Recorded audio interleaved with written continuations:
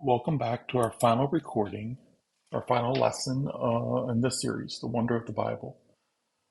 We are going to discuss the prophets. As always, we use the Lexham English Bible, which you can find a link to in the description if you want to follow along. We're going to be using our normal question. What does the story reveal about the nature of Yahweh's interaction with people? I hope as we've gone through this series, you have come to see God is more active, more involved with people in the Bible than you ever really thought about or you ever noticed.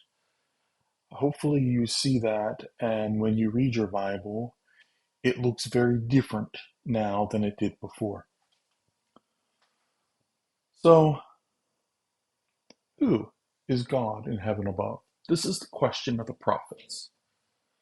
They ask this question and they say to the people, if Yahweh is God, follow him.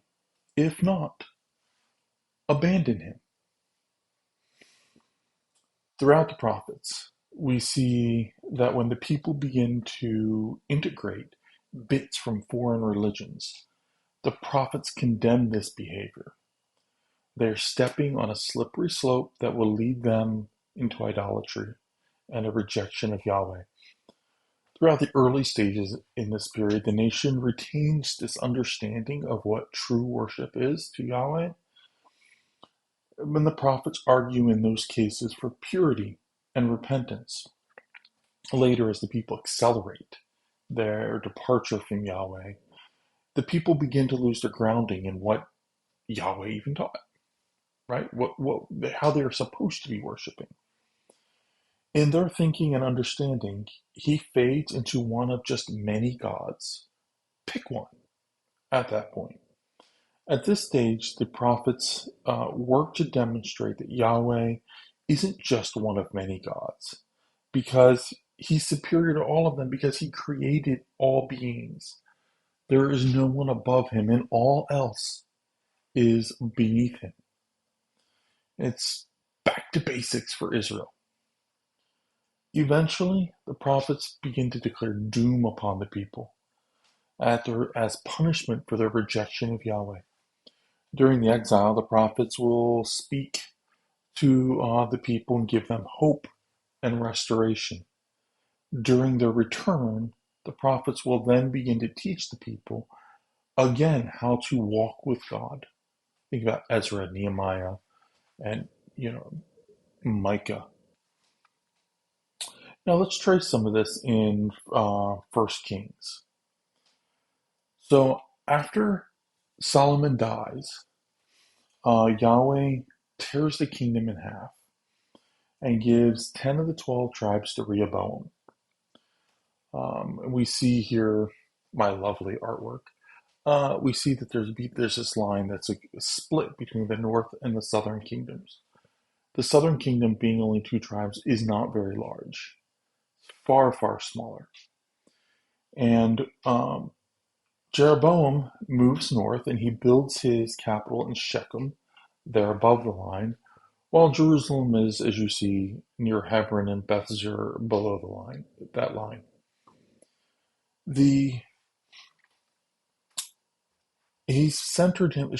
Jeroboam has centered himself in the center of the southern half of his kingdom, near his enemy, but not too near. But he sees his people starting to go to Jerusalem to continue worshiping Yahweh as they were commanded. They are going to go to the Passover in Jerusalem, and there's all the pageantry in the temple. And this is a problem for him, right? His first response is the people are going to leave me and go back and serve Rehoboam. So he builds for himself 2 idols. There is one here in the south near Bethel. You remember Bethel is a place where God met with the patriarchs on more than one occasion. So he builds an altar there, or an idol, frankly, and he builds one far north off the map here in Dan. And for sake of interest, this is a picture of what they believe was the Dan location for this idol worship. Um, there's lots of, this would be that complex. So, the case that he's making to his people is on the main highway as they are going to Jerusalem. Why go so far? Why go into this other country when we have this nice complex right here on the road? It's so much simpler. You don't even have to go so far. You don't have to go up that steep hill to Jerusalem. Just stop here and worship at Bethel. It's not a problem. And this begins the process by which Israel abandoned Yahweh. Immediately, Yahweh sends an unnamed prophet to Jeroboam. And it says, suddenly a man of God from Judah came to Bethel by word of Yahweh while Jeroboam was standing at the altar to offer incense. The dude's not even a priest. He's not of the Levitical tribe, but he is, showing all the people that they can do religion their way. It's still Yahweh, right? Then this man of God proclaims against the altar by the word of Yahweh and said, O altar, altar, thus says Yahweh, look, a son will be born in the house of David, Josiah by name, and he shall sacrifice on you the priests of the high places who burn incense on you, and human bones shall burn on you. And he gave a sign on that day, saying, this is the sign of the Yahweh has predetermined. Look, this altar will be torn apart, and the ashes that are on it will be poured out. This is worth us spending a zillion hours on. This is really cool looking. We aren't going to spend the time today, but if you want to go chase something down, look at this moment where he says, I am proclaiming against the altar. And he says that a son will be born of the house of David. This is the Jerusalem, right? This is the enemy. He's going to come. His name's Josiah. And he's going to sacrifice on you the priests of the high places who burn incense on you. Who's burning incense right there as a priest? Jeroboam, the king. Oops. This is a bit awkward, right? Worth spending some time with. And so it happened at that moment that the king heard the word of the man of God, that he cried out against the altar in Bethel. And Jeroboam stretched out his hand from the altar, saying, seize him. But his hand which he stretched out to him was paralyzed, and he was not able to draw it back to himself. Then the altar was torn apart, and the ashes from the altar poured out according to the sign which the man of God had announced by the word of Yahweh. Of course, Jeroboam repented, though only briefly. He stays the course and continues to violate the second commandment. Remember our rules of the universe that we talked about in our last lesson? Second commandment says, they shall make no graven image. You shall not take inspiration from the created world around you and make an image of Yahweh. But here's the thing, right? They're still worshiping Yahweh. Yes, there's a statue there. It's a bull, which is kind of what the Egypt did and the neighboring lands all did. But let's be clear, right? It's still Yahweh they're worshiping. How big a deal is it? And he may very well have been worshiping Yahweh. But in this act of creating an image, he has contained the uncontainable Yahweh, and he has treated him as if he were merely an animal. Mind you, bulls were prized and valuable animals. It wasn't, this is one of the greatest animals, if not the great animal in their civilization. But it was an animal nonetheless.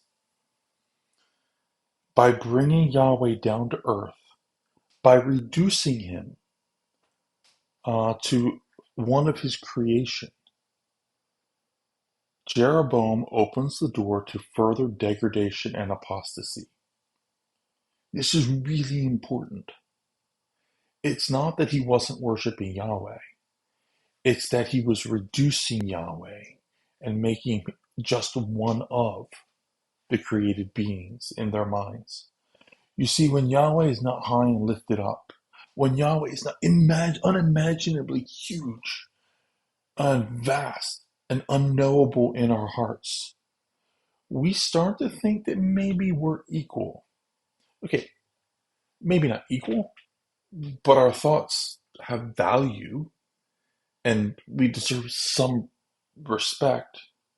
Maybe we have more worth and intelligence than he gives us credit for.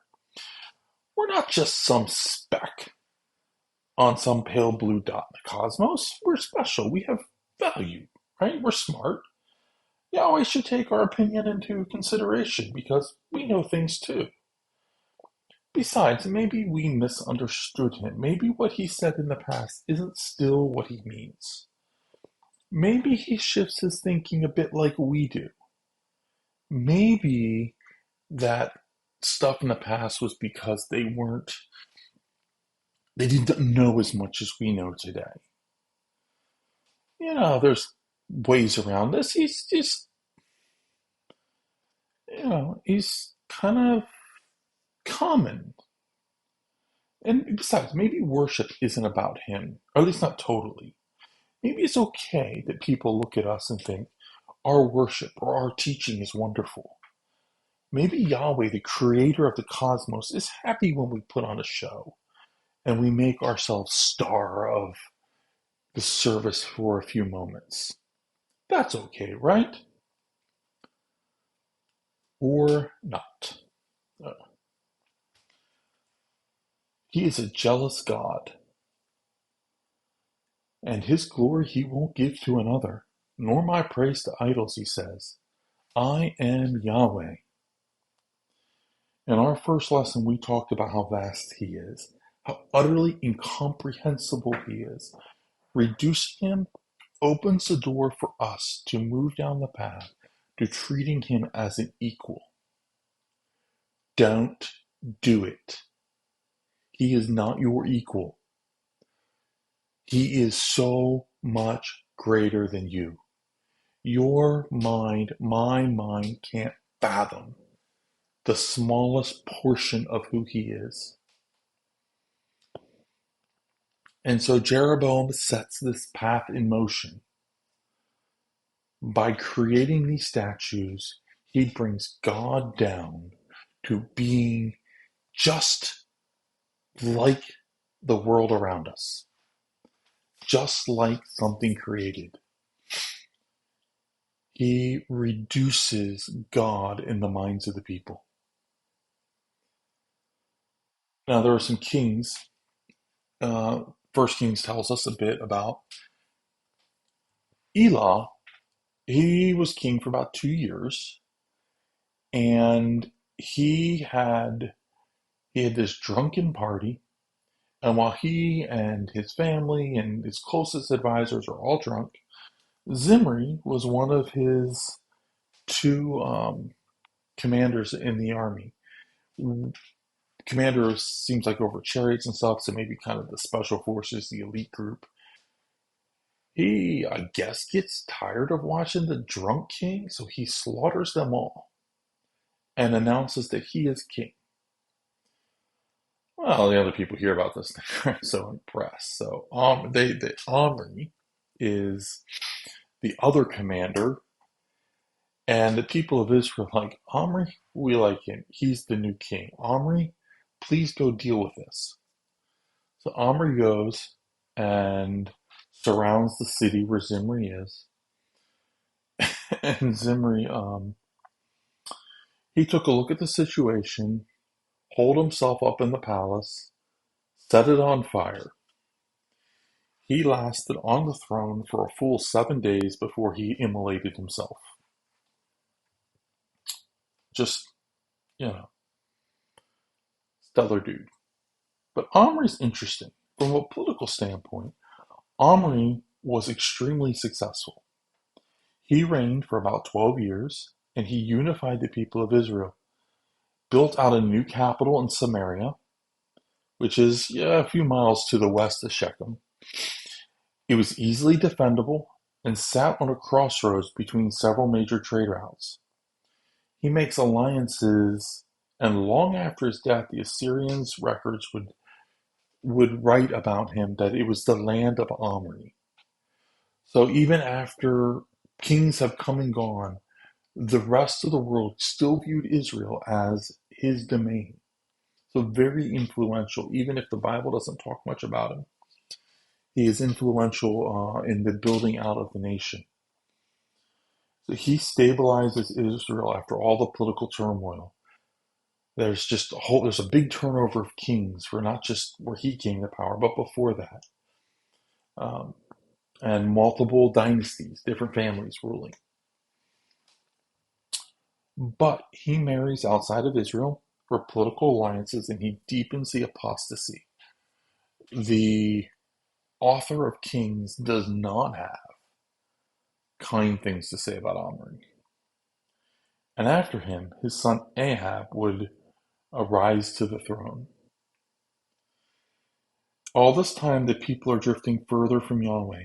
They are accepting other idols from other gods. And why not, right? What's one idol versus another? What's one form of worship compared to another? Can I pick my preferred style and, the God that goes with it? Who cares? Why would Yahweh care? He's just one of many. And this is where we find the problem when we bring God down. He becomes simply a choice among equivalent choices. And he is not a choice. He is the God of all. Everything else was created. It is Yahweh and Yahweh alone. Nothing compares. It says here, but Ahab, son of Omri, did evil in the eyes of Yahweh more than all who were before him. And if it wasn't enough that he went after the sins of Jeroboam, the son of Nebat, he also took as wife Jezebel, the daughter of Ethbaal, king of the Sidonians. He went and served Baal and bowed down before him. And he built an altar to Baal in the house of Baal, which he had built in Samaria. Ahab also made the sacred pole, and he continued to provoke Yahweh, the God of Israel, more than all the kings of Israel who were before him. In his days, Hiel the Bethlehemite rebuilt Jericho at the cost of Abiram his firstborn. He laid its foundation. At the cost of Segub, his younger sibling, he set up its gates, according to the word of Yahweh, which he spoke by the hand of Joshua the son of Nun. So let's notice a few things here about him. Again, historically, Ahab is a successful king from a standpoint, a political standpoint. But the writer of Kings has some real problems with him, correctly. He marries Jezebel from Tyre and Sidon. Okay? Tyre and Sidon is a whole fascinating topic. This is a pair of cities that sit on the eastern side of the Mediterranean. And after the people have spread out from Babel, this is one of the first great pair of cities. And they do function. Tyre usually in supremacy, but they function as a pair. And all the way up to the time of Christ, from Babel to the time of Christ, they're influential. It would not be until somewhere around 110, 112 AD that they're finally destroyed by the Romans. But up until that point, they're extremely influential throughout the ancient world. And so marrying the daughter of the king and building an alliance here is a really big deal. Um, Ahab then absorbs her religion. He converts to Baal worship. And it said that he built a pole, it's an Asherah pole, representing Ashtaroth. We'll get into that in a few minutes. And he allowed, it wasn't just to be converted to Baal worship. I should observe that he builds a formal temple in Samaria, the capital of Israel, the northern kingdom, the 10 tribes. He builds a temple to Baal. They still have the temples, the high places for in Bethel and Dan for the worship of Yahweh. But now, at the seat of their of the royal authority, the royal city of Israel, is Baal. We don't know a whole lot about Ashtoreth except that she was consort to Baal, fertility goddess. And finally, this thing about Jericho. Do you remember when it said, we back up a slide, says that he said it cost the builder his firstborn and his secondborn, according to Yahweh, which he spoke by the hand of Joshua the son of Nun. I used to think that this was he's rebuilding the city, ignoring Joshua, and his so their accidents occurred and his boys died, right? Generally, that's not what's considered to have happened here. Um, this was not a construction accident. This was very likely infant sacrifice. Archaeology tells us that they used to, in Jericho at least, they would place a infant boy, or an infant, in this case boys, um, in a clay jar and bury them in the foundations of a building or in the walls of a building to bring good fortune and luck on the home or the construction, or some such vile hope. The point here that's being made is that sorry, it's really gross. The point being made here is that this man felt freedom in Ahab's kingdom to do this child sacrifice. And, Jericho is on this great trade route. It's right on the border of Israel and Judah. It's a defensive location. This guy seems to be blessed by Ahab. And this guy seems to have been offering sacrifices to the god of Jericho, whatever historically was served there. I want you to understand something.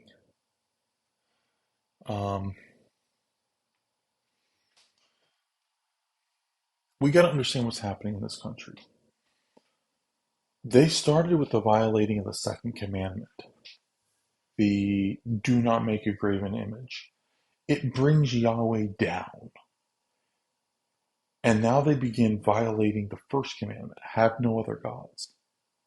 Then they're like, well, there's clearly no use for the fourth commandment, right?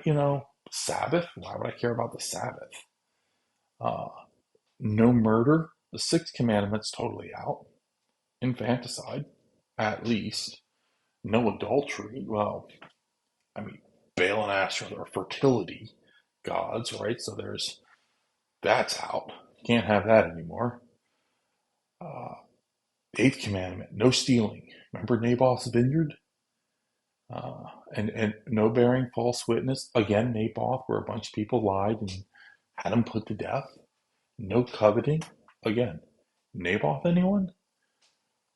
We go from violating the second commandment to violating all of the commandments in just 56 years. That is the time from Jeroboam's rise to be king, when God split the kingdoms, to Abraham's rise. 56 years to somebody feeling free to build Jericho on the corpses of his children. I I don't even know what to say. The decline was less of a gradual slide, I guess, and more like straight out free fall. The rules of the universe exist for a reason. It didn't take long for child sacrifice to be acceptable in this country. Yahweh has called the church to be salt and light in the world. We are to preserve, and despite the horrific things that sometimes we see around us at times, the modern world is still better than this. Not always, not everywhere, but the ancient world was so much worse. While most in the West reject the Lord, and it has always been that way, let's be clear, the fact is where the church is gone, the world changed. I just look at the Aztecs. Only 500 years ago, they were still living the life of sacrifice, human sacrifice, and cannibalism and debauchery. The Spaniards came as God's judgment, clearly. But you know that Mexico, South America, is predominantly built upon Christian ideology? For all the wickedness that goes on, there is still the influence of the church evident.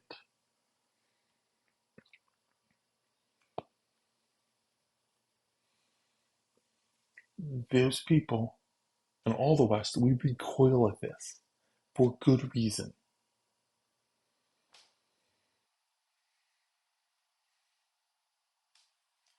From David, child sacrifice in less than a century. It's unreal. It's hard to believe. And yet, there it is.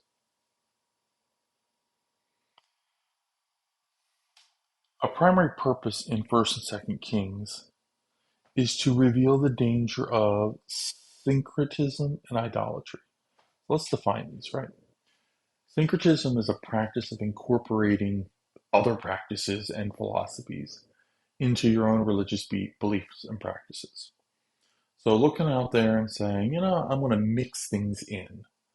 That looks like fun. That looks cool. Outside of religion, we would call it integration. It wouldn't generally be viewed as a bad thing. In business or life, you see other practices, and you're like, oh, that could improve the way I do things. That's cool. But syncretism here, this is not good. It is almost always used in negative terminology around religious practice. Yahweh granted them object lessons as warnings. He talked about things like not mixing grains or fabrics. And the point wasn't about the grain or the fabric. The point was about syncretism. Don't bring in and mix my religion with these other things. We talked about last week on how all of our moral understanding is twisted beyond belief. Good is bad and bad is good in our thinking as a natural person. And Yahweh saying, don't do this. You will do it wrong. I will define the practices. We need to ensure our worship is undefiled, okay? Don't add things to your worship just because it's fun or you enjoy it. Be focused and deliberate. If it increases your focus on Yahweh, do more of it.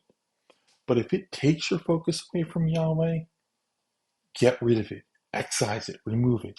Be ruthless and honest.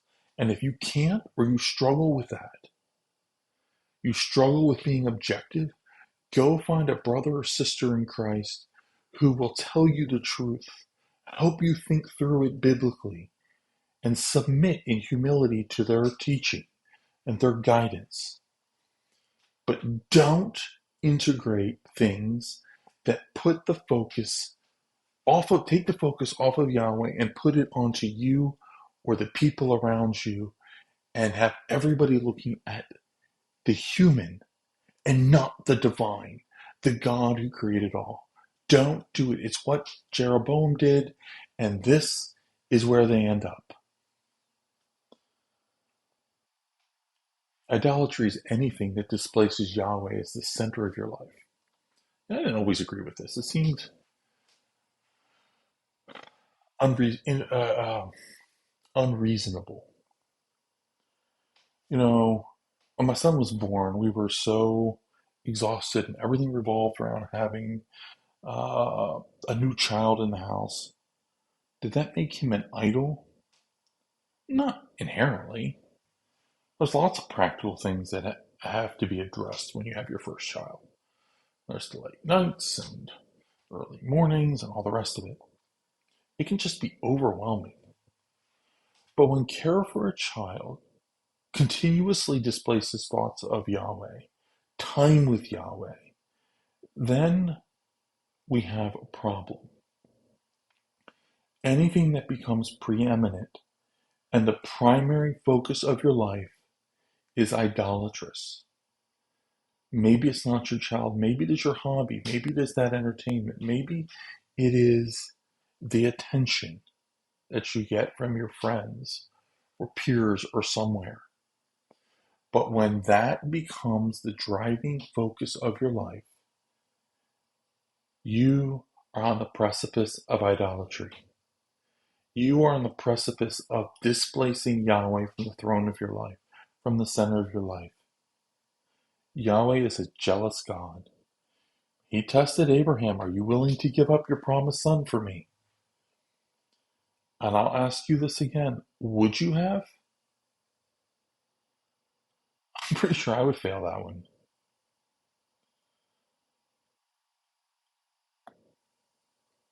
Are you willing to actually let him take everything out of your life and still say with Job, I trust him?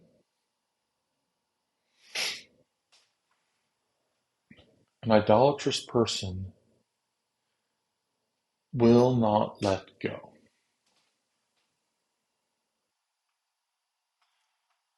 Paul R. House, I don't usually read long quotes, but this stood out to me a lot.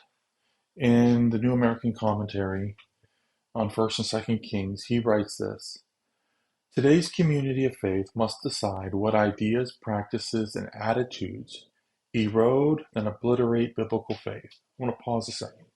He's commenting on the syncretism and idolatry. Both ideas are in this quote.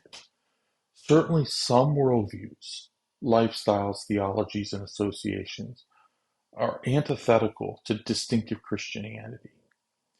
Basically, those attachments deny the uniqueness of God's covenant with the church. They encourage adherence to or worship of other things or gods, or they obliterate the authority of God in daily life. Certainly, individuals must decide for themselves what constitutes essential faith, but some broad guidelines exist in 1 Kings 12 through 16. Whatever leads one away from clear biblical teaching about the Lord constitutes an opportunity for losing distinctive faith. I like this quote, though I don't think he goes far enough. I think he is too careful. The things that lead us away from clear biblical teaching lead us and our children and those around us to eventually turn away from God. You have to be ruthless. You have to get this out of your life. Now, as we come towards the end of this lesson, I want to turn our attention to Baal, because we're getting ready to launch into our final segment, and this is something we've got to understand.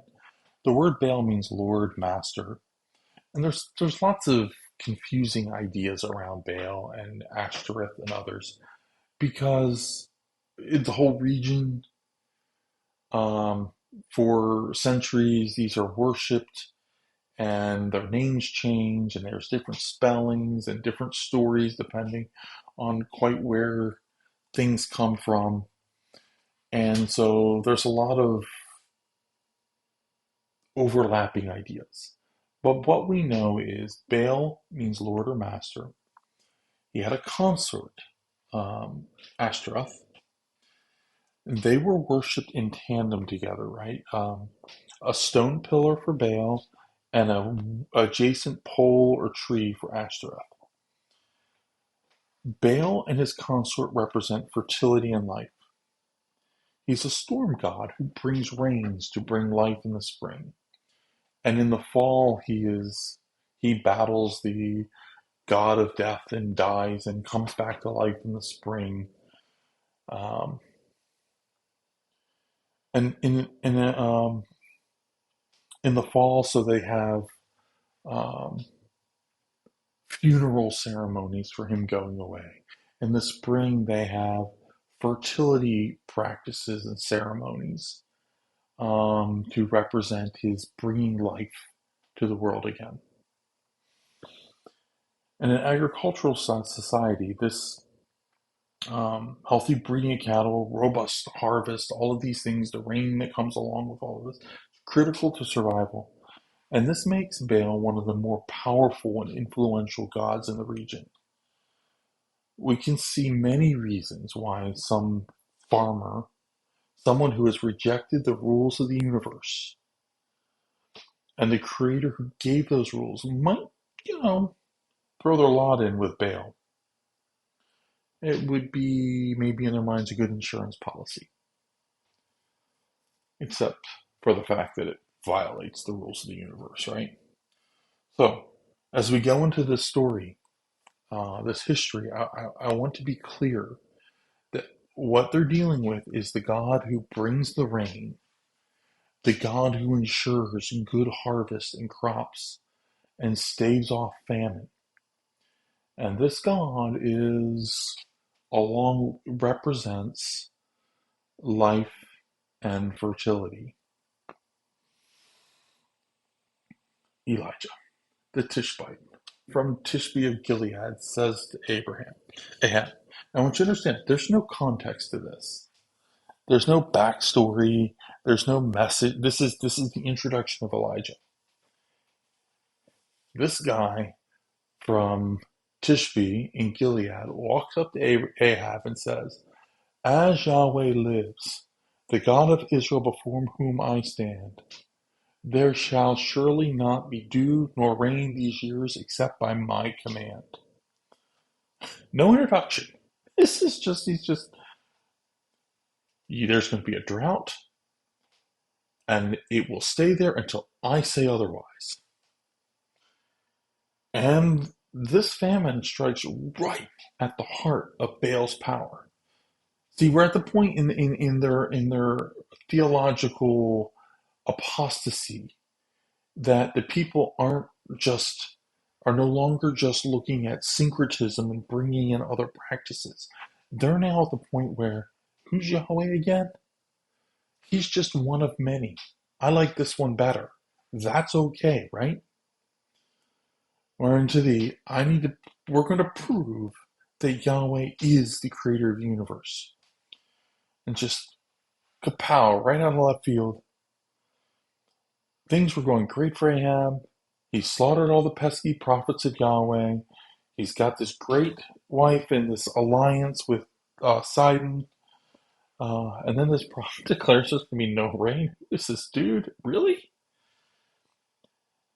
And notice the statement, there will be no dew nor rain these years.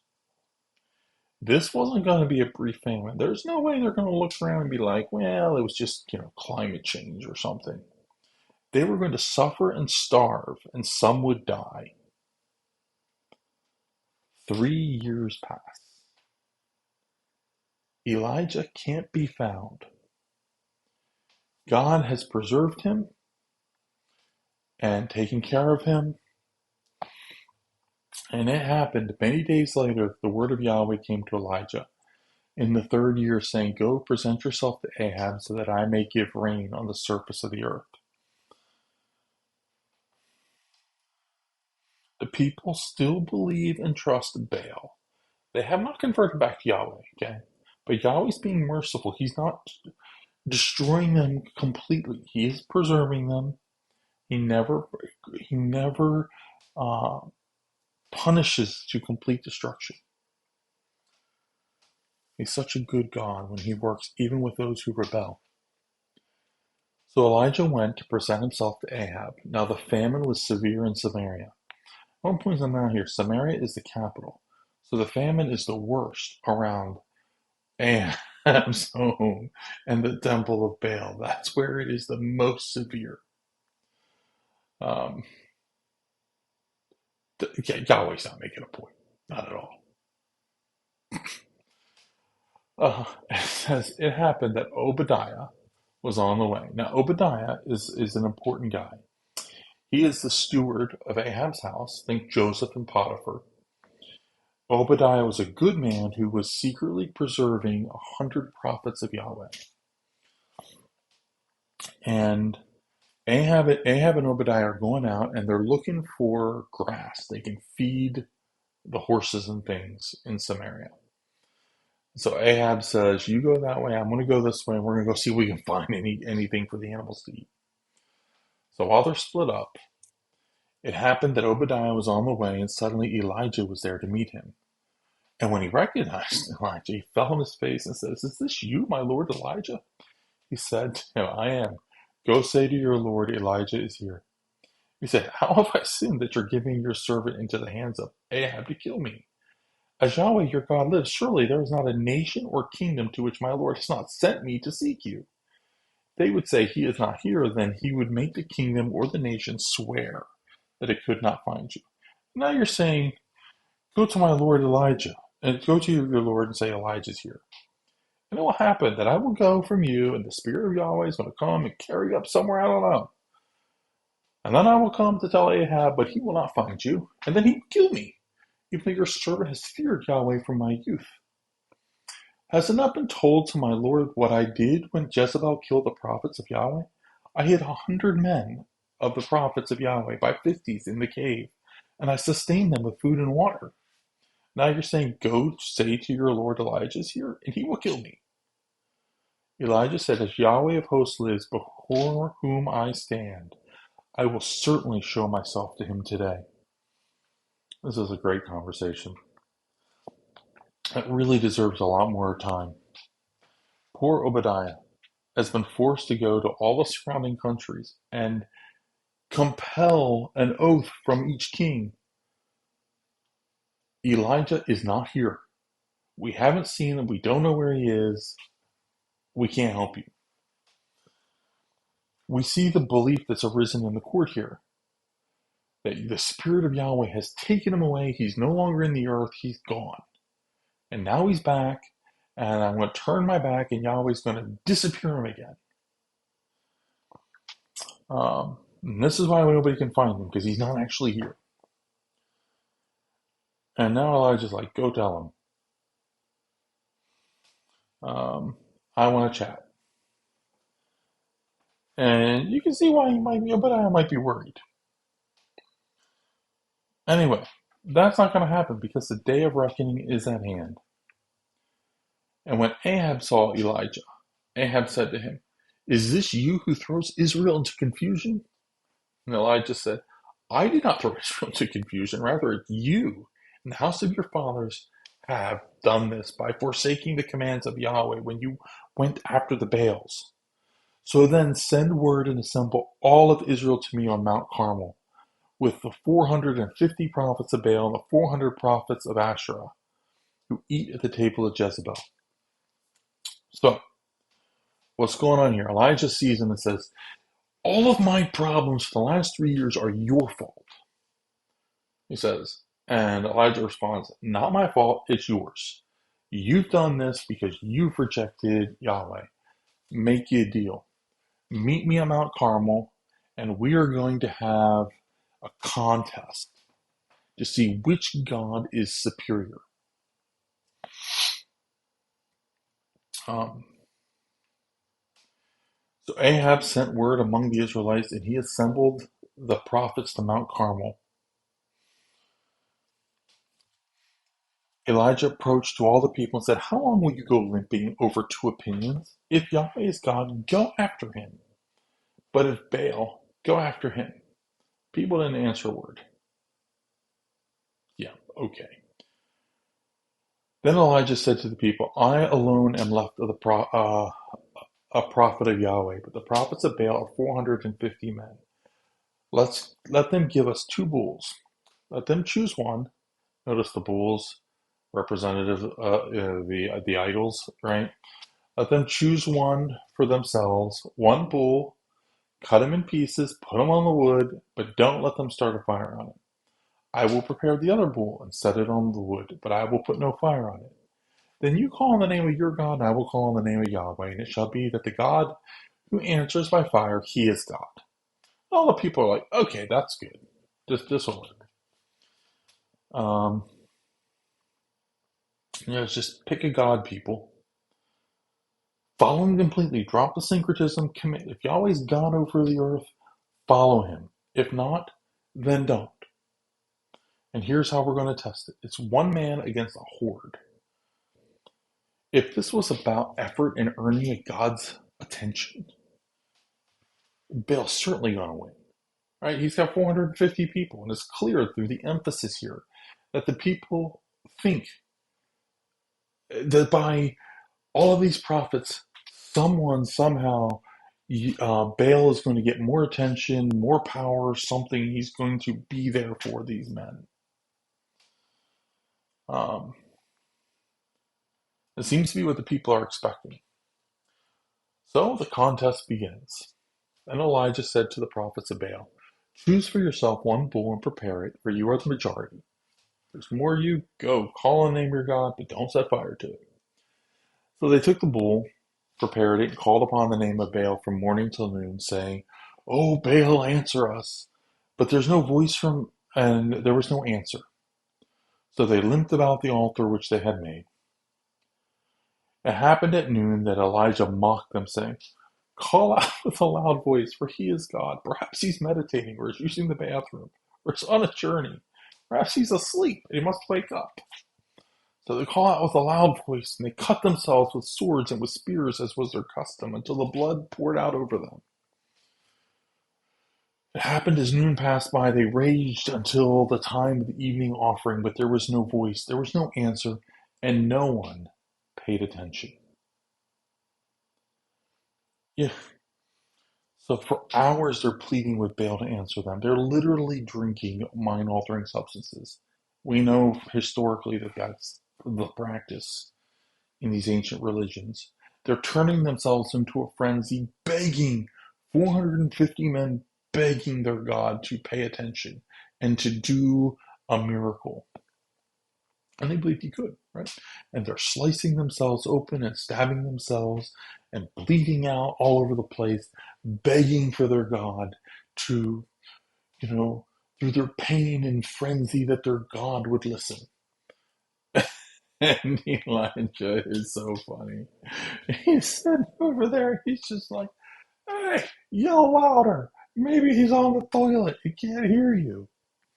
Maybe he wandered off. You get his attention and bring him back. I don't think you guys are loud enough." It's hilarious. At first the people are thinking, "Dude, you just need to shut your mouth because you're gonna regret it. There are 450 of them and only one of you." But as the day wears on, and he keeps mocking them, it's possible that people start going, why isn't Baal answering? What's going on?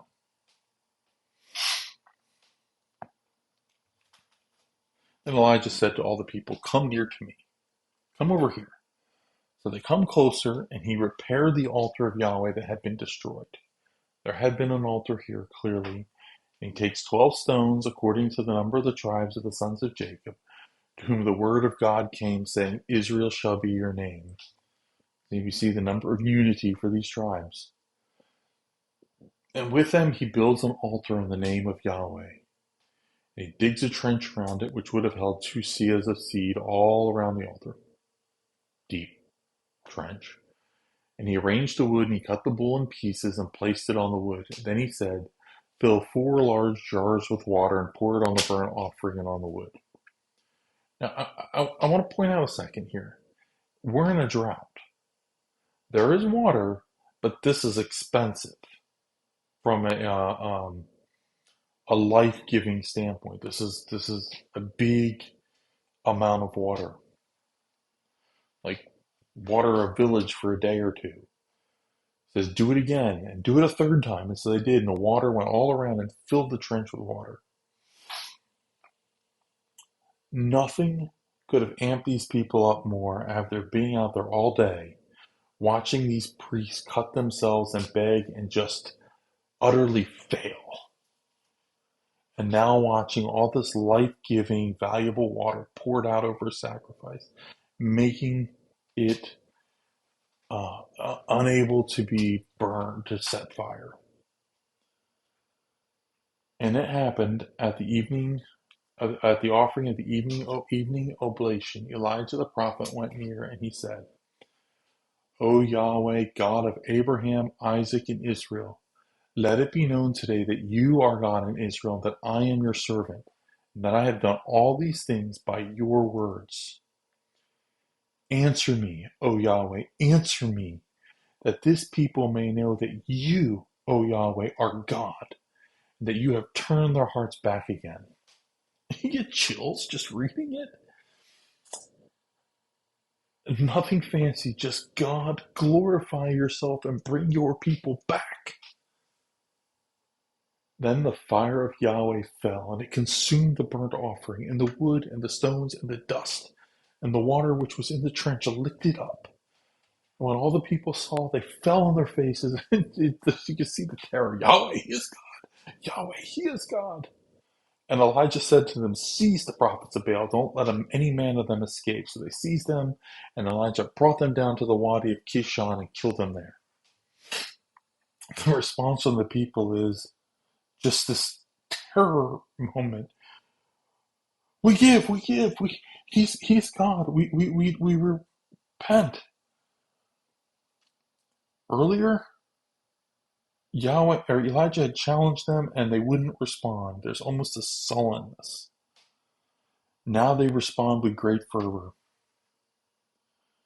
I have no idea what the prophets of Baal were thinking at this point, though I'm certain it involved terror, which was good, right? Because in a few moments later, they met Yahweh, the creator of all.